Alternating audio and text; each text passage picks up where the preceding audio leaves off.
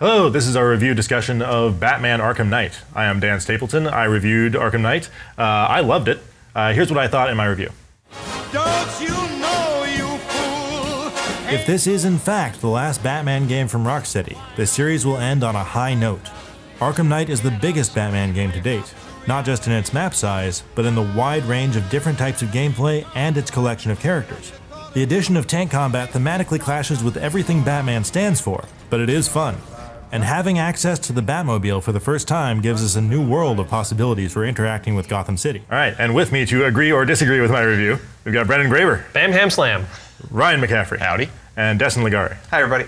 And yeah, so let's start off with you, Brendan. Let's go down the line. What do you think of Batman Arkham Knight? Did I nail it or did I miss? I think you nailed it. I might have actually liked it more than you did. There wasn't perfect. It wasn't a straight 10 for me. There was a couple problems, but I really enjoyed it. I mean, it's hard, to rank among the Batmans. We'll look at it later, but I really like how they told the story. I like the gameplay. I like the new Batmobile editions. Everything that they threw in, I gobbled up. I even love getting the Riddler trophies. All 243 of them. You're an addict. Yes, I have a problem. Ryan, how about you? Agree or disagree? Well, I disagree with you, but only because I would have actually given it a higher score. Wow. So I agree with you, but also disagree with you. I was completely in love with this game. I don't know. It just completely hooked me from the get-go. I love the first two.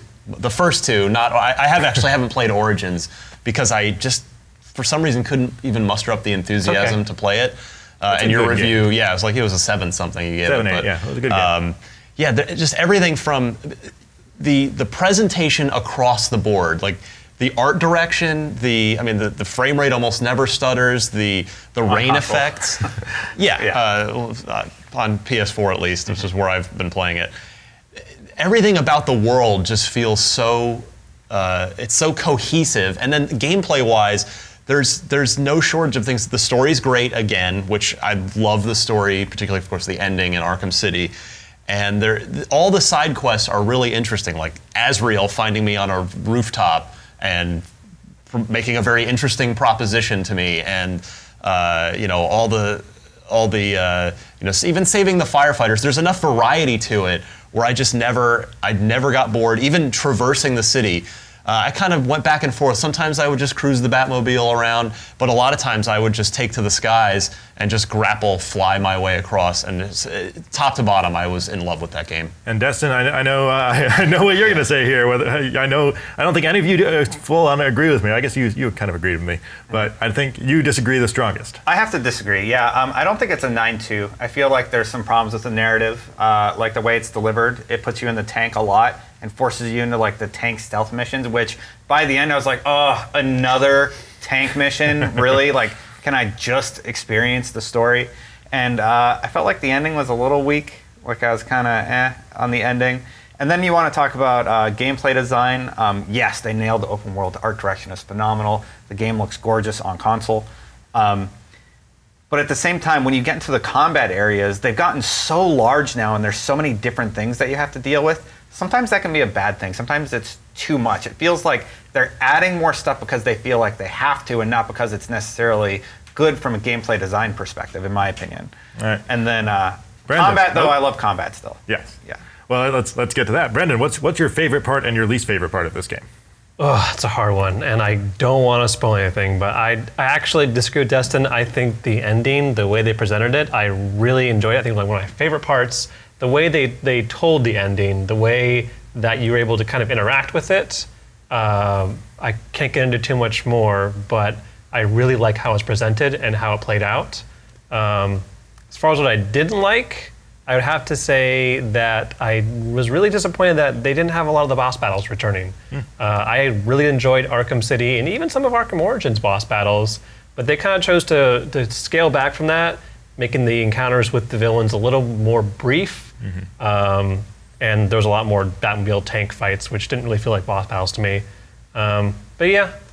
Ryan, how about you? Favorite and least favorite parts? I would say favorite thing for me is the fact that there was so much to do in the open world, and as I mentioned earlier, it just didn't get boring. Like for me, we're seeing a lot of open world games now do a lot of kind of procedural quests. Just there's always something to do. Even whether it's Skyrim or GTA or Assassin's Creed is probably the biggest offender in this category, where there's always something to do, but it's usually some just boring fetch quest and it just gets old. But for me with Batman, there was enough sort of narrative grounding to everything you were doing on the side where I was always compelled to check my scroll wheel of missions. I'm like, okay, well now I'm gonna go over here and do this one. I'm gonna do do this Riddler mission and save Catwoman, go back to working on rescuing Catwoman over here. So just the breadth and variety of missions to me were my favorite thing. And then least favorite thing, Batmobile platforming. Nope.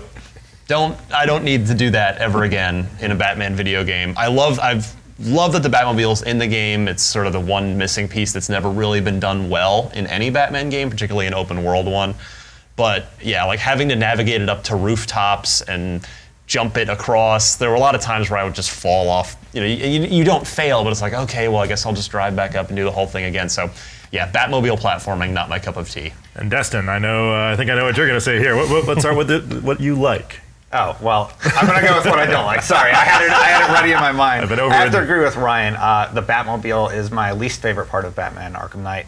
And it's another example of them adding stuff because I feel like they felt like they had to, and they really didn't. Like, having tank mode and drive around mode, that was enough. That was kind of cool, even though I feel the controls are a little frustrating. But then you add the platforming and stuff, I'm like, come on. Like, this is too much. And I think people are going to be really torn on the Batmobile. It's been pretty divisive. Yeah. So what do you like? Okay, so what I really like is your ability to just kind of explore Gotham. You have to go through a lot of the campaign before you can unlock everything. So once you do that, you can actually complete all of the side quests. Meeting Azrael was really cool. Right. Helping Catwoman was really interesting. Just having all those options and all those different things that you can choose to prioritize is really fun. So that's the opening of our review discussion. We're going to get much more into a lot of those topics in the next couple segments. So stick around for much more review discussion of Batman Arkham Knight.